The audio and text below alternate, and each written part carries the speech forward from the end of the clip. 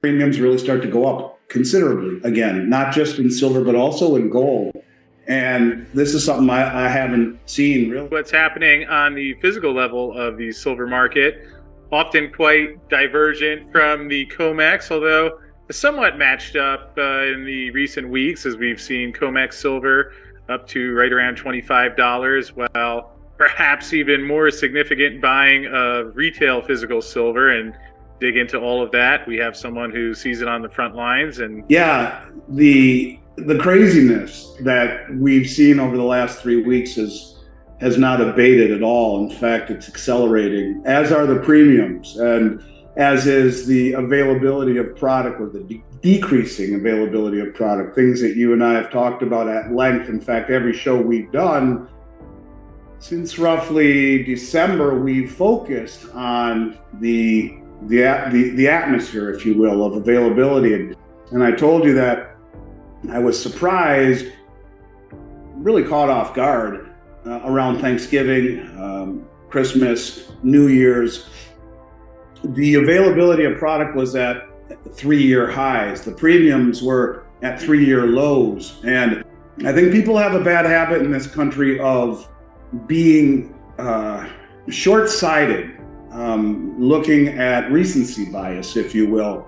Well, things are going back to normal and premiums are coming down, and it's easy for people when I, on your show, try to find a justification for it, which to me was wanting to go give grandma a hug without threatening to kill her, wanting to travel without wearing a mask. Premiums really start to go up considerably again, not just in silver, but also in gold. And this is something I haven't seen really to this degree ever. And I think that the reaction to the premium market is just, it's in its very infantile stages. Well, people are waking up. And then you see states like Texas, who just came out and they're trying to issue even a digital currency pegged to gold, and they're allowing it for debts, public and private. They are introducing it to be held in the state coffers as wealth. The same thing with Idaho and Missouri and Wyoming. We've talked about that. These states, there you go. These states are waking up, and their constituents are waking up. And the world is getting crazier, and the moves by our politicians are getting more stupid every single day. And I think that this is one of those moments where I hate to say it because this is not my style, but I think we're getting to one of those last calls type of places where God only knows what happens if we see another few banks fail. And I think, we're a long ways away from the banking crisis being over. Quite to the contrary, there's a really big part of my gut that tells me by design, they want these banks gone.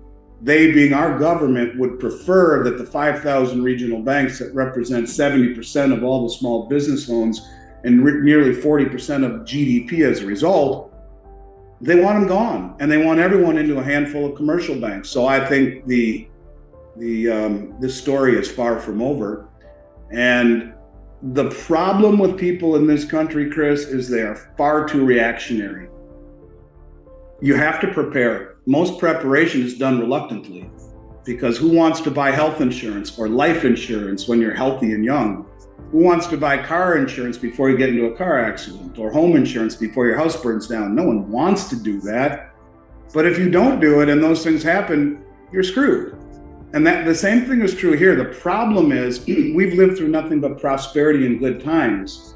And I think we are getting very close to that 100-year moment, that moment where we cross the Rubicon, where Xi Jinping whispered to Putin as they said goodbye a few weeks ago, we are driving 100-year change. And they are. And I think this is something people need to wake up to. Honest to God, I believe that what we've seen today is the tip of the spear over the last 3 weeks, where people have woken up to concern and fear over the banking situation. But the fuse, the real fuse, will be lit when Saudi Arabia and OPEC and all of the other countries that are comprising the BRICS and the Belt Road and the Shanghai Cooperation Organization say to the world that we're no longer taking dollars for oil. And that's when everything that has happened to date becomes a fairy tale compared to what will happen when there is a global moment of de-dollarization. And don't jumping much faster than what we've already seen, but certainly much more severe from its consequences. And you look at Saudi Arabia formally joining the Shanghai Cooperation Organization as a dialogue partner, which is the first step to full joining, and that's a very big deal. They are a military organization as well. So if you realize they're already being protected by Russia and now signed an agreement with the Shanghai Cooperation Organization, which is military, in essence, they are playing chess. We're playing checkers. They are getting into position, being protected by two nuclear superpowers who are joining together against the Western hegemony. Little by little by little by little, we focus too reactionary upon scary things like the banks running into trouble here.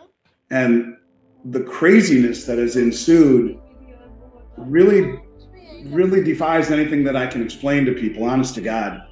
And I think, unfortunately, it's just the beginning. Yeah, and it's interesting. Obviously, you mentioned the things that are happening with the BRICS and the Eastern nations, but also touching on, we continue to see the states look to gold and silver, which is just intriguing in the sense that it's even within the U.S. That it's not just people like you and me and others who have been concerned about these issues for a long time, but even some legislative branches. And Andy, one of the things that I've been wondering that a few people have asked about, we see here, here's Money Metals, high volume alert, please expect 4 to 5 days additional shipping time. JM Bullion, shipping time maybe 2 to 3 days later. SD Bullion, they raised their amount to $500, I believe it was. CMI, product availability and delays. What is the process like in terms of restocking what you have? I have Yar here who handles the people that contact us trying to fill orders, and she says that often some of the things on the portal